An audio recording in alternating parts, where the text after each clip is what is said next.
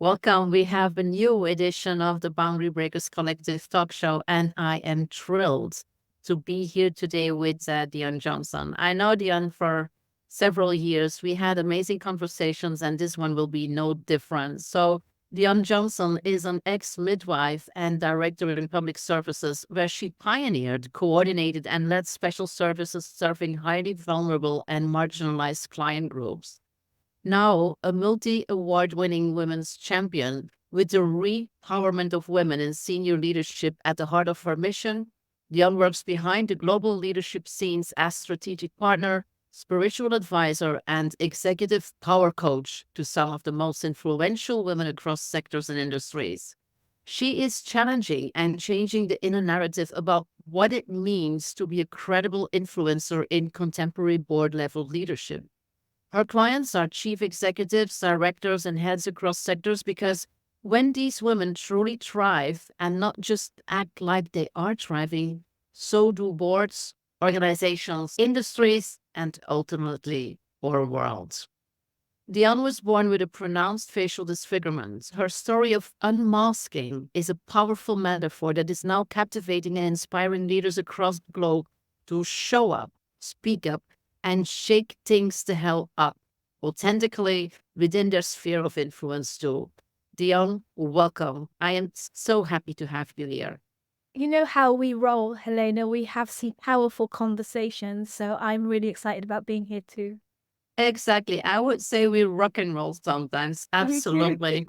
Yeah. So, why or how do you consider yourself a boundary breaker? Yeah. There's so much, it's such a rich question because I know. in truth, I think that especially as women in leadership, especially as women in high level leadership, we're breaking boundaries all the time. We're new kids on the block. Where the world is still trying to work out what it thinks about powerful women. And we're trying to still work out what we think of ourselves as powerful women in that leadership space. And so I think we're breaking boundaries. I'm breaking boundaries all the time. I'm Black and I'm a woman and I'm facially disfigured or facially different. I was born with a facial disfigurement. And I am a woman of faith. I am a real believer. I love Jesus. I'm not nominal in my spirituality.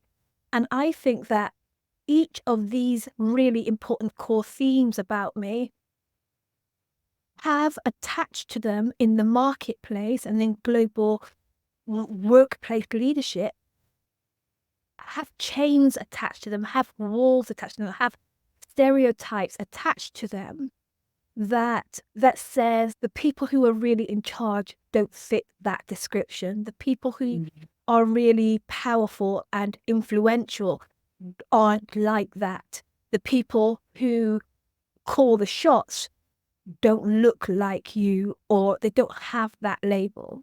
So I feel that my whole journey has been about breaking the boundaries of these ideas about what an influential woman, a powerful leader is. Is it an oxymoron? Powerful and woman, powerful and Black, powerful and disfigured, powerful and Christian.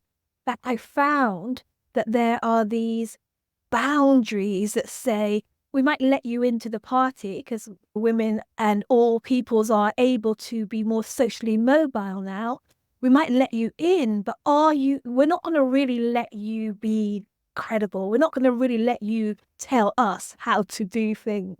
And this is the boundary that I feel, I can't even hear and say to you, I've broken those boundaries, but I am breaking those boundaries daily and working to free myself of their limitations daily.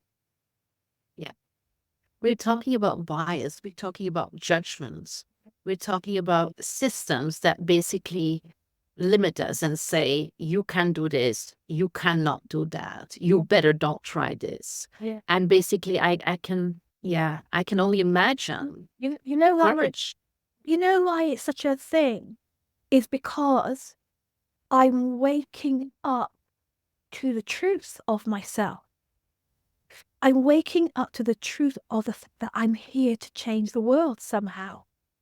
I'm waking up to the truth that my voice, that I have something really powerful to bring to the table.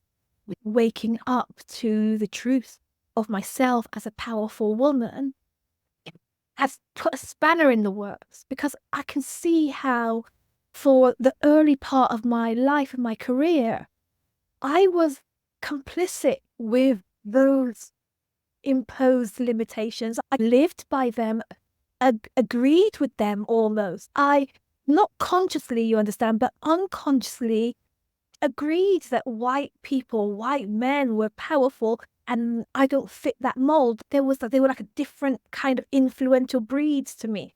And waking up to that has been really a painful journey and a real sort of challenging journey, calling me to break these boundaries, calling me to find the truth for myself and show up in truth in this world that has these limits on who I should be. And so it's been an incredible journey. What triggered you to do that, Leon? I think It was like the turning point. So it's really funny because I'm at the end of a 14-year-old journey that started in 2009, where a real turning point happened, where I just felt challenged. So what happened was I got into a really challenging time in my life, a dark night of the soul, that, a nighttime season. I just felt like it was 2009. I felt like don't know what the words were that I would use back then, but right now, looking back, I can see that I was just out of alignment with myself. I was waking up to more possibility for me, and yet really not having what it took, the power to show up in it as her. And that fascinated me, the kind of having one foot on the gas. People would say, yeah, Dion's a really confident, mouthy, go-getting, professional woman. But on the other hand, having my foot on the brake, it's like stuttering. Like somehow I never quite managed to fully get all the way in. And I was noticing with 2009, and it was so sore, so heavy. And it was a special time in the world because Obama, the black man, just moved into the White House. And everybody was talking about how, yes, you can, anybody can do anything. Like it's the sense of possibility was so high at that time. And also Michael Jackson died that year. So remember that Michael Jackson was the god of entertainment, and a black man who was at the top of his game. And so there were all these images of the people who were really excelling, were really coming into their own as powerful on their own terms. And then there was the world was also in recession. The world, UK was officially in financial crisis. And so there was a lot of talk about the middle classes dwindling, that poverty was on the rise, that there were people like basically on the breadline. Like there were people who just weren't going to make it. There were these high-flying people and these people that just were going to be singing for their supper. And I tried to locate myself in the narrative. Where am I? Am I in here or am I in this group? And I knew I was waking up within myself to know that I wasn't in this group. I could feel the potential to be in the group where I had the power to show up powerfully. I had something in me that was going to make a difference in the world, but I just couldn't seem to access it. In 2009, I woke up to the lack of access to this powerful expression, and it was very painful. And it's basically knowing but not being able to manifest it. Exactly. Yeah. And that is what I found to be the source of many of our pain. Exactly. Many of our pain, we're waking up to this deep knowing that we are here for something significant, here to make a real difference, here to touch the world powerfully and unforgettably and significantly. And yet we're struggling to really step into that. And that's what was me in 2009. And then a whole load of things happened that cascaded in a young boy calling me ugly. My aunt died. We were at this family wake, and lots of people that I hadn't seen over years had come, and this young boy looked at me and basically just said out loud in front of everyone, God, Mummy, she's so ugly. And his words really hit me.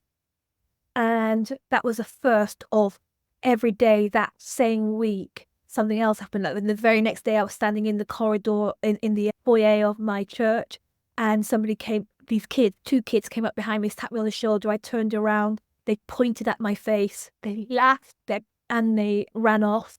And I felt that pain again. And then every day that week, something happened. Long story short, every day something was happening. And it was all about my disfigured face.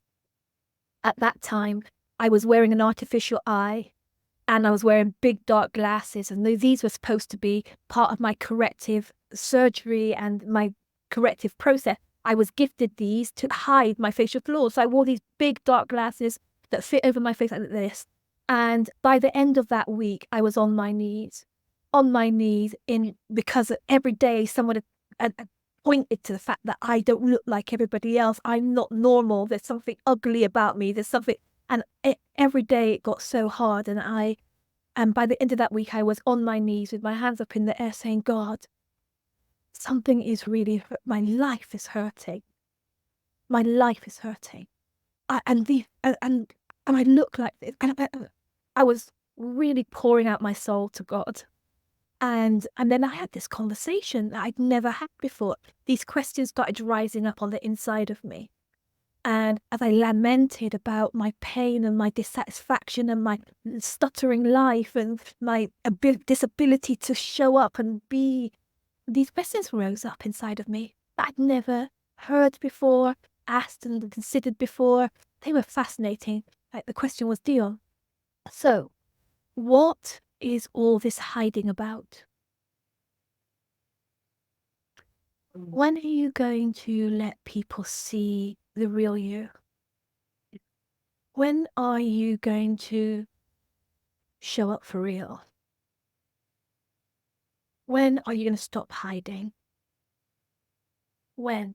I thought these questions were ridiculous because at that time, the context of that conversation was about my face. And remember, I was wearing these things to hide my face, but there was a reason for that. I was arguing with this voice inside of me, saying, there's a reason for this. Look at me.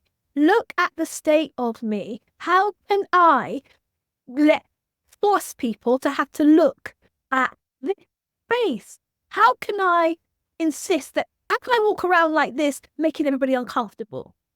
How can it would be a disservice, it would be cruel to subject people to be able to see this face. And honestly, Helena, when I was saying that, this is a very real, dark, painful conversation that I was having. And when I was having it out loud, and when I heard these words coming out of my mouth, that this me was unpalatable to show up in the world. This me wasn't okay to subject people to. Couldn't believe that came out from my belly. I just couldn't believe that I was thinking about myself in context of my relationship with the world that way. Mm-hmm. And so that was really the beginning. I was on the floor at that time was physically on the floor with my hands up in the air, and I made up in my mind that I was going to find a way to show up for real. Now, remember, I was talking about my face at that time. I was going to learn not wear the artificial eye and not wear those big dark glasses and walk around with my head held high and allow you to see what I really look like. And that was revolutionary. That's a ludicrous idea, because for 40 years now, I had been wearing these metaphorical masks, really physical masks. But what happened in the process as I began to follow that through in 2009, and then now 14 years later, still following that decision through to learn how to show up for real, it turned from being just about my face to being about me. And so I had to find questions. I had to ask the question, who am I? What does it mean for me to show up for real? Mm. What does it mean for me to be truly seen? For me, Dion, like, who is she? I'm getting emotional telling you about this. Yeah, I also feel emotional. It is so strong. It is so powerful. And I began to see this disconnect, this disalignment, that on one hand, I knew I was this powerhouse. And on the other hand, I knew I'm of God, of the creator of the universe. I am infinite, vast. I begin to really know this. And on the other hand, I begin to see how I had internalized and assimilated all of the lies and the subliminal messages that had been coming at me my whole entire life about my place in the world, about my inferiority in the world, about my not mattering in the world, about not being important in the world, about being a slave. Out of this was arising this notion that there's a part of me that is sovereign, powerful, regal. And then there's another part of me that is a slave girl, a second-class citizen, inferior, and will never be allowed to express that stuff. In fact, expression of that, put it away, because that expression is going to get you in trouble. That expression is going to get you killed. That expression is going to get you rejected. And so yeah, that was really, that journey opened up in 2009. I remember telling you a couple of weeks ago that I feel like I'm at the end of that book of unmasking and stepping into the belief and the, not just more than belief, the knowing that I am, the knowing that I am her, the one who is here to make a powerful difference, the one that is here to change her world somehow, the one that is here to leave a mark, to monumentalize her life, and that this world will be different because I am here. And this journey has come to this beautiful place. I don't know if I'll ever stop. What I realized this morning as I'm getting ready for this call is that I feel like I'm still on some level learning how to show up as her, learning how love becoming. yeah, becoming. Yeah. My Absolutely. becoming journey is not where it was. I also think it's never ending. Yeah. I think it's never ending. It's not linear and it's never ending. And it's extremely powerful. This is the work that I'm now. You see, when people say that, I tell women that you're born for work. You're born for something. You're born to make a difference. You're born for a specific reason on our planet Earth. And I see, the more I sit with women, the more I understand that the story of our life is a real powerful training ground for the unique power that we bring to wherever it is that we are going to be expressing ourselves, whether that be in the home or in the community or in the marketplace or anywhere, wherever we are in society. That truth about us has been wanting to express herself, and our life is being a series of opportunities to come into connection with her and align with her and to bring her to wherever it is that we show up as leaders. Yeah, absolutely. Because your story is the story of many women. I would say it's the story of all women. We all have somehow to break free from what we are dictated to be, and especially what we are dictated not to be. Yeah. And it might not be that strong as dictation, but it is all around us. Yeah. And of course, the breaking free might not have been felt as strong as in your situation, because as you say, you added up certain characteristics or qualities that made the sum of the things made it a very strong harness. But we all feel that. And it is amazing that you bring this story, because it is so, you're a role model for every woman in order to the power that we have inside of us to break free from all these societal constraints, and also from all the constraints and all the limits that we put on ourselves, like you so beautifully were talking about. And I can only believe that with the experience and the wisdom of experiencing this, how much of you can help other women. I think it happened so that I can help other women. You know, feel it's my training. Yes, I've gone to school. Yes, I've got certificates. Yes, I've got qualifications. But this is really what I uniquely bring to the table. And I think it's time for us as women in leadership right now, when our world is upside down and open and needing so urgently new expressions of power, that it's never been more important for us to do this work. Yeah. Mm. I like this word or this term, new expressions of power. I really like that. Yeah, that's also why you mentioned repowerment, probably. Yeah, my background is midwifery, so I started my professional life as a nurse, and I went very soon into midwifery. That was my space for a very long time. And that's where I really learned humanity. That's where I really saw the power of women. That not just physically physically be pregnant and physically and birth a baby, although it's a very powerful metaphor, but just all of the complex strength that it takes to be a woman. I saw that. I saw how we were equipped to do mighty things, to be mighty in that space. It was a spiritual experience as well as a physical, practical one for me, because I really got an insight into I don't know what I call it, humanity, but this essence, this powerful essence that is woman, that is. Yes.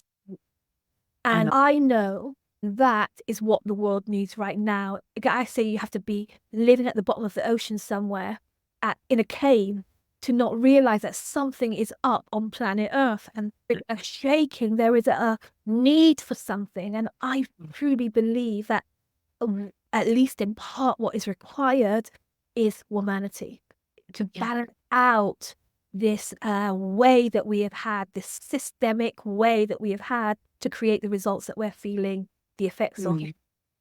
Absolutely. I'm totally with you. I'm also curious, Dion, because you said that you are now like at the end of this period of 14 years. So what does it look like in terms of, because when you're ending something, there's also a new beginning. Yeah. What does it look like for you? So when I look back over the journey, that Dion that was on the floor with her hands up in the air, she was angry and really, like, she was frantically pushing in life to try and make it. And what I see was she had no mastery over her power. Mm. Yeah. No mastery over her power. So she was frenetic, she was flailing, she was pushing, she was fighting. Using a lot of masculine energy. Using a lot of masculine energy just to be. Just to survive. Yeah, and so it's been a journey of moving away from finding comfort and ease and elegance in the truth of myself. And I still have days where I fall off my throne, and I still have days where I revert back to being afraid and flailing and out of mastery. But for the most part, I feel like over the last 14 years, I've come to this place of steadiness in my power and ownership of it. And I've gathered a lot of data about the possibilities for this power in the world. And so this new chapter this new book, actually, I'm just wrapping up this old chapter now, but this old book now, but this new book is really about powerful, regal expression and change making and difference making and really making my mark on planet Earth. Really, and for me, that's really about walking in my sovereignty, my space, creating, leading my domain. And that domain is senior leader development. It's about helping senior leaders to go through their own journey towards more powerful leadership. This is the work of my life. It's what I feel I've gone through all of that to understand how to do, how to really not just have a title called leader, but how to show up as a powerful leader. So my definition of power, my definition of powerful leadership is leadership that makes something happen, that makes something better, and that does no harm in the process with other people. So influence, it is about helping people to see a new way. It's about vision casting. It's about showing how we can really make things genuinely better, how we can do what we're here to do, mandated to do. We just take care of each other and planet Earth. And so this is why we need powerful leadership. We need a new type of influential new breed, a new expression of power. And I believe, just because of that rich journey that I've been on, I know how to help women and maybe men too, who have fought the fight to get to senior leadership, but now are waking up to the possibility of new expressions now that we're there at the table. And so that really is the book that's opening up now, is how I take what I've learned from this last book and really support the people who will change our world, will change our world through their work as senior leaders. Yeah, that's beautiful. And I'm curious also about your experience, because like you say, when you work with senior leaders, those women already have made their journey and they have activated certain leadership capacities and skills and ideas and vision. And then there they are. Yeah. And some of them, I noticed that more than some of them are starting to disconnect because it is so exhausting being the leader, or being the leader. I would say playing the leader, but that would be disrespectful. Being the leader that they are not.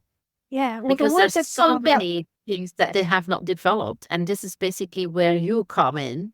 Yeah. And so what is your experience? What is it that you see that is hurtful for them at that Well, I'm glad you're asking this, because it's so important, because one is that women, we're in the room. There's no shock when we see a woman leading countries or multinational big conglomerates. It's not strange to see women in the room now, but we're not, on the whole, doing great in those rooms.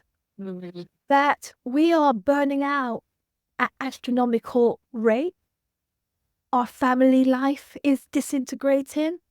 Our inner life is in turmoil. All the things I was describing about, because all that I told you about my past life, I was still leading. I was pushing and striving and achieving, but the quality of our life in that space is really suffering. We are sacrificing. Losing your soul. We're selling our soul. We're losing our soul. And the word that I hear a lot is acting. I have to act like this. Like there's an act that we put on our work head, we step into that role, and like we're playing a part. Exactly. And we've had to do that. I'm not even knocking it. Like that's the way that we were told. That's how you get in. That's how you. And it's also how you survive. How you survive. And it makes that we create like different parts of us, and that we lose our wholeness and our integrity, because we have our professional part and then we have our family part, and we forget that everything is interconnected and that we are one woman. And that's where it's all coming. I love that women are becoming undone. I love that women are waking up to this ache, this or more, because this is not random. I like to say it is not random. It's absolutely bang on time. And it is an invitation for us to say yes to a development journey that's going to bring us back to our true selves, going to bring us back to our true power, going to bring us back to what it is that we truly bring to the table. It's going to bring us back to ourselves. This is an invitation to say yes to this development journey, the one that I've been on and the one that I'm on. And I know that you too, Helena, that this work is essential for us as women to remember who we are. That's why I talk about repowering, because it's not like we're not powerful. It's not like we can't make things happen. It's just that we have not mastered how to bring this level of influence and power that we have to that space. And that's the work that we are doing now. We are undoing the things that we've learned about what it's going to take to really make it in this space. And we are coming into our own as individual and distinct and collective powerhouses that can really add value to this. I say we could turn the world right side. A woman in her power, womanity in her power, can really turn this world right side up. I'm fully convinced. But I'm strongly believing that. But we need to believe it now. We need to believe it about ourselves. My clients tell me that it's entirely possible for you to climb the ladder to the highest height of corporate leadership and not know yourself as a powerful woman, not know yourself as distinctly equipped to change your world, not know that about yourself. You can be in with the best of them and not recognize what it is that you actually bring to the table. And what that means is that we have this kind of act in you. We have this that has not, that your conviction level is low, that you see things and you turn a blind eye or not say anything because you're afraid to rock boats. You're leading in fear. And whether that's conscious or not, job is to have these conversations to make it more and more conscious, because when you get create that awareness and consciousness. Right. Absolutely. And now you can say something about it. But when you don't know, all you know is that something's not working. Like your life isn't working, like secretly sometimes. Secretly. That's why we find so much depletion and burnouts and depressions, and where so many women are on medication. It's amazing. It's crazy because, like you say, we have all this power, we have all these possibilities, and we are acting, like you say, I love that word, and adapting to the system. Yeah, right. Because we don't, and sometimes it is about not being aware that it can be different. Oh, yeah. Not wanting to come out of that comfort zone. Well, comfort zone is not that comfortable, but at least we know it. But there's some people that stay in discomfort, but they prefer it because they know it.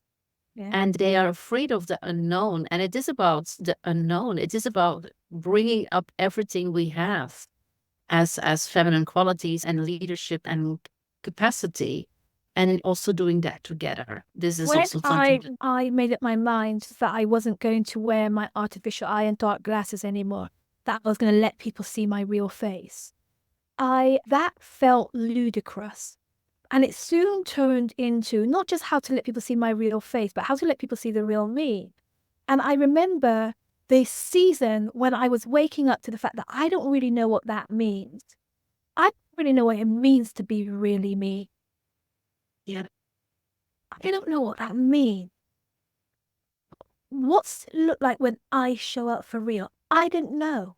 I discovered that I didn't know. When you decide to go on this journey, you'll see the gaps in your awareness. You'll see where you become so unplugged, so disconnected. And this is really a powerful thing. You're talking about women on medication, heart disease, stress-related disease, and painkillers, medication.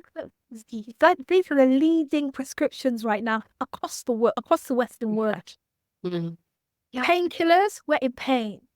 Heart disease, our bodies are failing.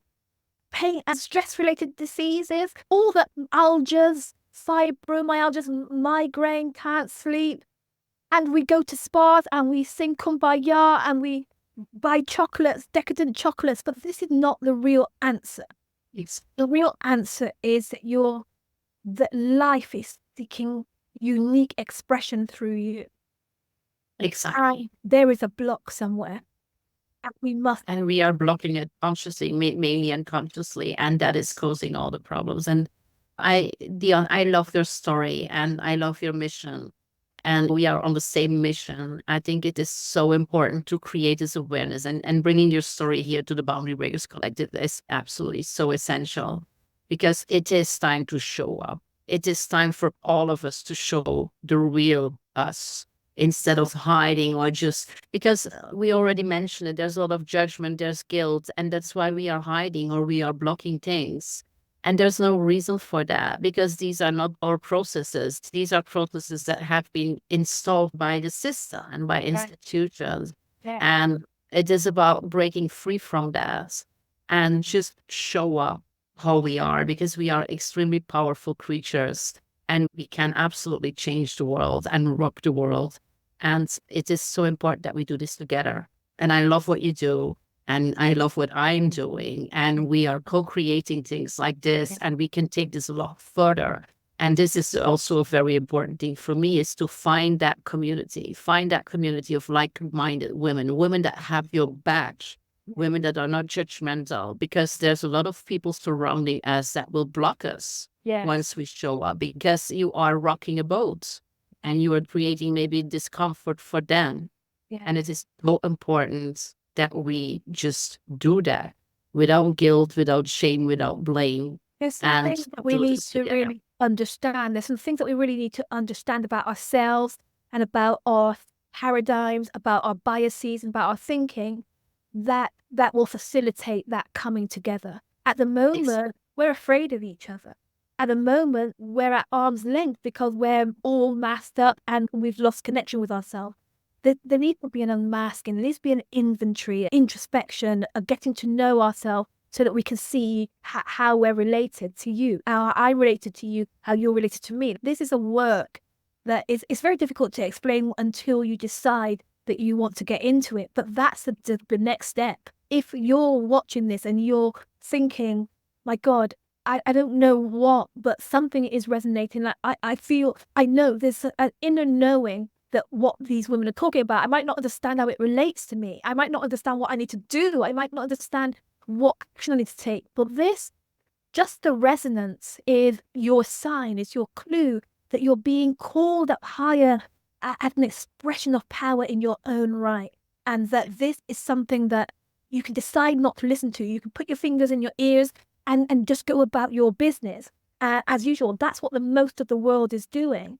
But you are being invited to pay attention, turn your attention to that call and listen and set your intention to say yes, give yourself to the process of your own becoming. This is not something that's going to happen randomly or by accident. This is something that requires your full yes and your full intention. And so when you say yes to this call, then you need to create a strategy. And so that's where community comes in. That's where coaching comes in. That's where strategic, no bullshit conversations come in, where you create space where you can speak what is for you and be offered new perspectives and be challenged to think differently. This isn't work. It's inner work. It is. And it's beautiful work. It's beautiful work. Absolutely. And I think this is an invitation from both of us. This is also why we do what we're doing in order to create that space and to hold that space to becoming and to be non-judgmental, to help you in that journey, in that beautiful journey that actually never ends. Once you start going there, you keep going. This is my experience. This is certainly also yours. And this is the experience of so many women that we have been working with. So it is time. It is absolutely time to do that. And you put it so beautifully, Dion. If you feel that little flame or if you feel a bigger flame, just act upon it. Be very intentional about what you're going to do with it. And even if it scares you, I would say do it anyway. Do it anyway, and you will see where you go, and it will lead you to beautiful places, and it will make it possible for us to rock the world and to change the system. Absolutely. Dion, thank you so much. Thank you so much for being here. Thank you so much for being you. And we will do this again because there's so many things that we can still talk about and be an inspiration and encouragement for women to rise up, to show up, to raise their voice. So thank you so much for being here today. And thank you also everybody for being with us, for watching this, for listening to this. We really hope that we have sparked some things Yeah. within you, and we will see it. We will meet you. We will connect with you. Whatever works, we're there. Thank you so much. Take care. See you soon again. Bye-bye. All right. How is this for you? You're amazing. You're always amazing. You're I